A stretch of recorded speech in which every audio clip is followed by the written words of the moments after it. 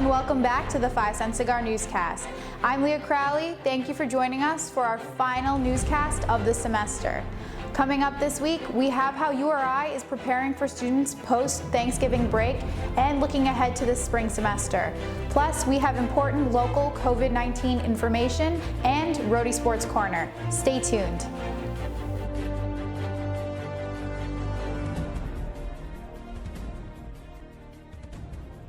While URI Housing and Dining is preparing for students who come back post-Thanksgiving break, the 193 Coffee House is preparing to reopen in the spring semester. Evan McAllis has the story. While in-person classes at URI end after Thanksgiving break, a number of students will be staying on campus to finish off their semester. How is the university preparing to accommodate these students? I spoke with URI's Housing and Dining Services to find out more. According to URI's Housing and Residential Life Director Frankie Miner, around 150 students have already applied to live during or past Thanksgiving break via an application on eCampus that is open until November 20th. Some of our students are dealing with just housing and security issues. Their on-campus residence is the best place for them to be, both for healthy living or sometimes even to continue remote studies because we've got much more reliable internet. Our ballpark figures, we're estimating somewhere between probably 200 and 300, just kind of using our spring experiences as kind of a benchmark. Although coronavirus testing procedures are not yet set in stone, students leaving and returning to campus after Thanksgiving should be prepared to quarantine upon their return. What any student who leaves and comes back should anticipate, and this is the information we're providing to them, is that they will have to be tested and they should plan on having to quarantine for 14 days.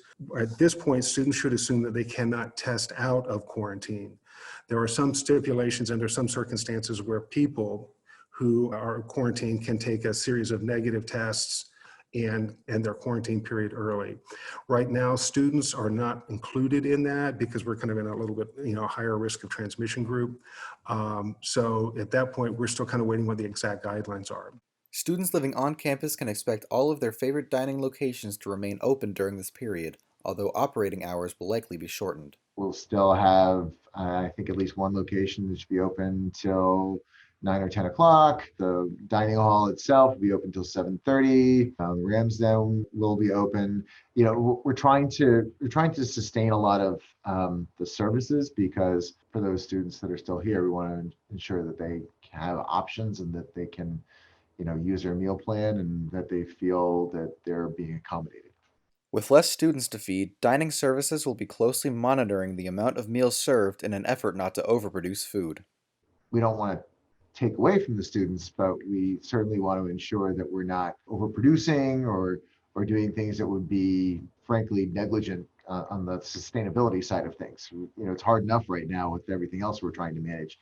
To overproduce food and have to throw it away or compost it would just be a shame. While the university is still planning for the end of the semester, one campus hotspot is looking ahead towards a fresh start next spring. It's been really strange not having it. I feel like all of us are really missing it right now. It's such a community for all of us. The 193 Degrees Coffee House in the Memorial Union, known for their low-priced fair trade coffee and weekly open mic performances, had to suddenly shut down in March due to coronavirus concerns, and they've remained closed ever since. We were actually on a spring break trip and we came back and it's when everything kind of blew up. We made the executive decision that we really shouldn't be open anymore. The 193 is planning on reopening its doors beginning next semester, but with a number of important changes. A lot of single serve, everything to go, no events, order ahead, minimum amount of people inside, 6-foot markers, no one can stay inside. So it's all just a pick up and go for takeout. We were actually thinking of doing outdoor events for a little bit.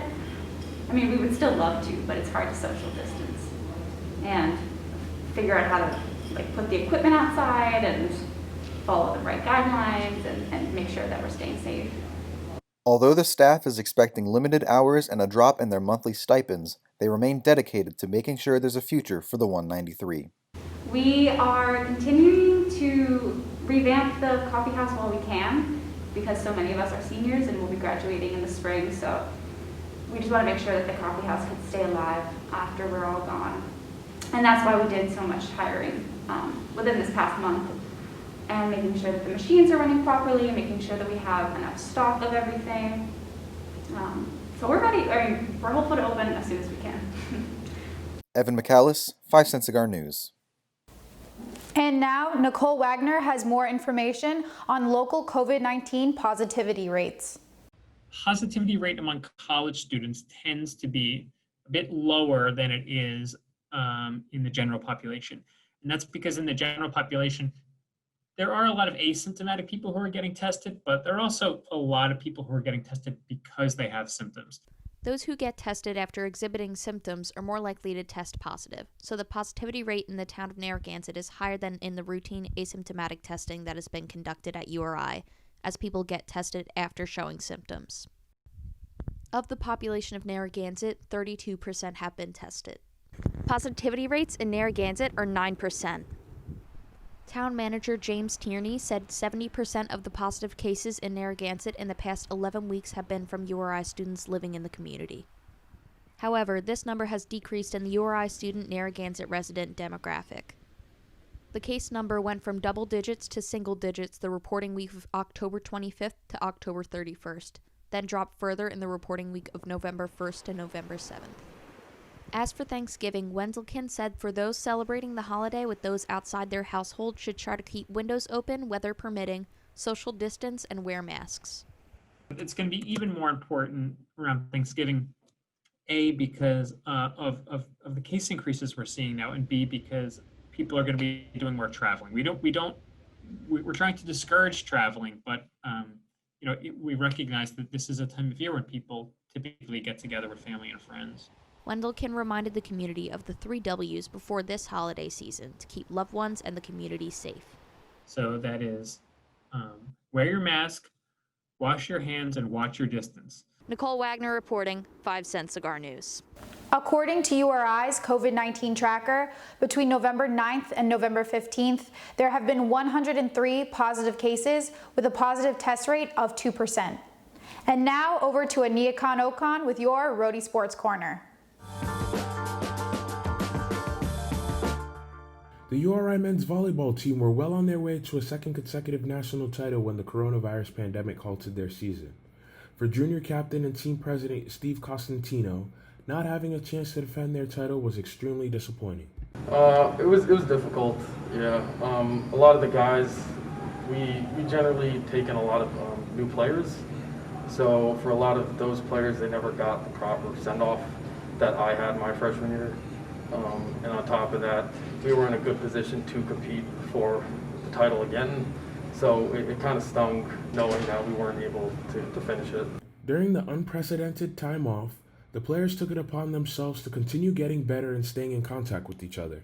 When restrictions started to lighten up a bit, we generally play a lot of beach volleyball during the summer. So a couple of us would go once, twice, 3 times a week, just try to stay in shape, still see each other.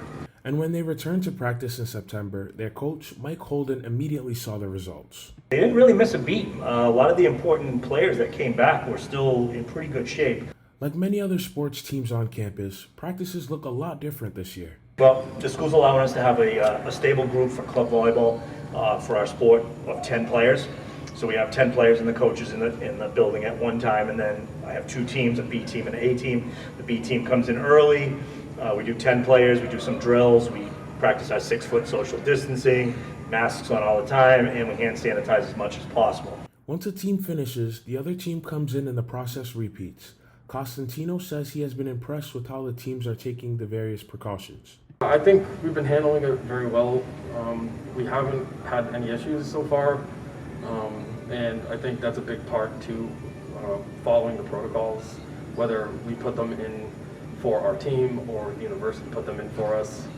It is still unknown whether or not the URI men's volleyball team will have a season this upcoming year.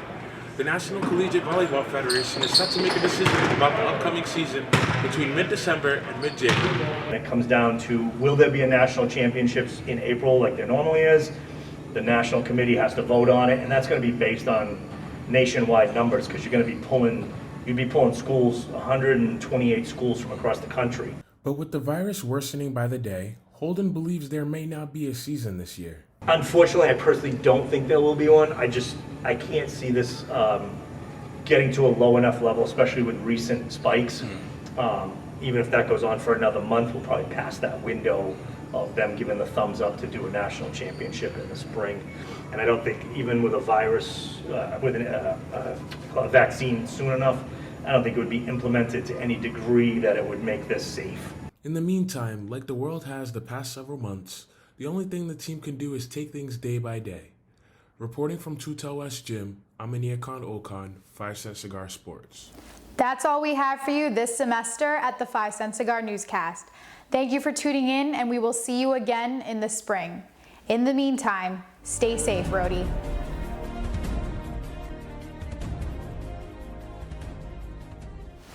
And that's a wrap.